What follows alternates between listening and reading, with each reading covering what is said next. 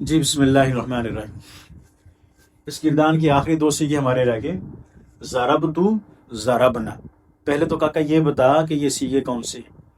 آخر میں تا کے اوپر پیش آ رہی نا، اور تا کے اوپر اگر پیش ہو سیغہ کون سا ہوتا ہے؟ واحد متکلم۔ اور آخر میں نون الف نہ آ جائے تو سیغہ کون سا ہوتا ہے؟ جمع متکلم کا۔ تو ضربتو، ضربنا یہ واحد متکلم ہے اور یہ جمع متکلم ہے۔ تو پہلے ہم بات کرتے چلے آ رہے تھے غائب کے بارے میں۔ بات آمنے سامنے ہوتی نا، میں آپ سے بات کر رہا ہوں اور آپ مجھ سے بات کر رہے ہیں، تو میں خود کو کیا کہوں گا؟ میں متکلم ہوں۔ اور میں آپ سے بات کر رہا ہوں، آپ کیا ہو جائیں گے؟ مخاطب ہو جائیں گے۔ اس کو مخاطب بھی کہہ سکتے ہیں اور حاضر بھی کہہ سکتے ہیں۔ اور ایک وہ مرد ہے یا عورت ہے جو ہمارے آمنے سامنے نہیں ہے، تو اس کے بارے میں جب بات کریں گے وہ غائب بن جائے گا۔ تو یہ تین کیٹیگری ہیں، تین جو ہے وہ سیغوں کی تقسیم ہے۔ غائب کے پہلے گزر گئے، پھر اس کے بعد مخاطب کے آئے، اب کیا ہے؟ متکلم کے ہے، اپنے بارے میں بات کریں گے۔ اور پھر یہ وہاں پر بھی بتا دیا تھا کہ متکلم چاہے مذکر ہے تب بھی یہی سیغہ آئے گا، اور متکلم چاہے مؤنث ہے تب بھی سیغہ، مرد کے لیے بھی یہی اور لیڈیز کے لیے بھی یہی سیغہ آئے گا۔ اور ضربنا جو سیغہ ہے یہ جمع متکلم کا ہے، اس کی تفصیل پچھلی ویڈیوز میں ہو گئی تھی۔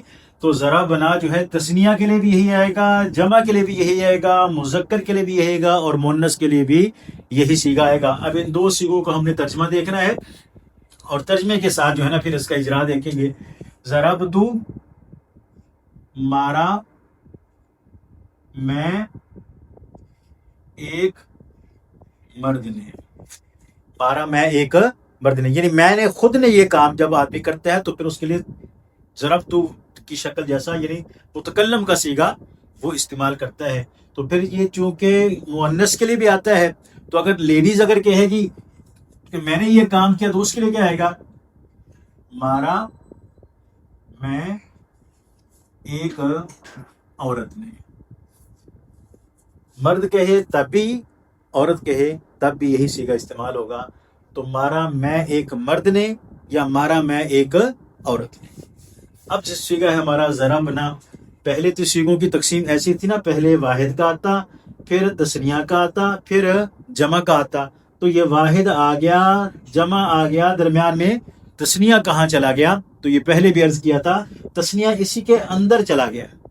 تثنیہ، اور بھائی تثنیہ کہاں چلا گیا؟ اس کے اندر چلا گیا، یعنی تثنیہ والا جو سیغہ ہے نا وہ اسی ضربنا کے اندر ہی ہے۔ تو جب اندر ہونے کا مطلب یہ ہے کہ ضربنا کا جو لفظ ہے یہ تثنیہ کے لیے بھی استعمال ہوگا جو اس کے اندر ہے، نظر نہیں آ رہا، اور ضربنا کا جو لفظ ہے وہ جمع متکلم کے لیے بھی استعمال ہوگا۔ تو اب اس کا ہم ترجمہ پہلے کیا کریں؟ پہلے ہم تثنیہ کا ترجمہ کریں گے، کیونکہ واحد کے بعد تثنیہ آتا ہے نا۔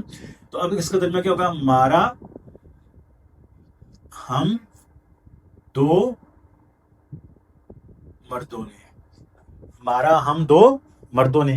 تو پھر یہ جیسے مذکر کے لیے ویسے مؤنث کے لیے بھی ہے، تو مؤنث کے ایسے ہو جائے گا، مارا ہم دو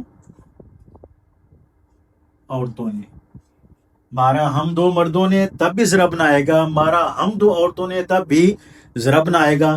تو یہ جو دو سیغوں کا ہم نے ترجمہ کیا ہے، تثنیہ مذکر کا اور تثنیہ مؤنث کا، یہ ضربنا کے اندر، ضربنا کے نظر نہیں آ رہے لیکن ضربنا کے اندر ہیں، یہ ضربنا کے اندر ہیں، تو اس کا ترجمہ ہم نے کیا۔ اب دوسرا خود ضربنا کا ترجمہ کیا ہو جائے گا؟ جی چونکہ یہ جمع کا سیغہ ہے تو جمع کا ترجمہ کیا ہو جائے گا؟ جی مارا ہم سب مردوں نے، مارا ہم سب مردوں نے۔ تو جب ہم سب مرد یہ کام کر رہے ہیں تو عورتیں بھی تو ہو سکتی ہیں نا، کہ عورتیں بھی کافی ساری ہوں اور انہوں نے بھی کوئی کام کیا ہو، تو اپنے بارے میں کیسے اظہار خیال کریں گی؟ تو وہ بھی یوں کہہ سکتی ہیں، مارا ہم سب عورتوں نے۔ اب یہ دو ہمارے سیغے تھے، ضربتو اور ضربنا۔ اس کی تفصیل الحمدللہ ہوگی، سیغوں کی پہچان بھی ہوگی اور سیغوں کا ترجمہ بھی ہو گیا۔ اب اس جیسی شکل کے قرآن پاک کے اندر جو الفاظ استعمال ہو رہے ہیں وہ ہم نکالیں گے، تلاش کریں گے، ان کے اندر دیکھیں گے کہ واحد متکلم جمع متکلم کہاں پر آ رہا ہے اور اس کو ترجمہ ہم نے کیسے کرنا ہے۔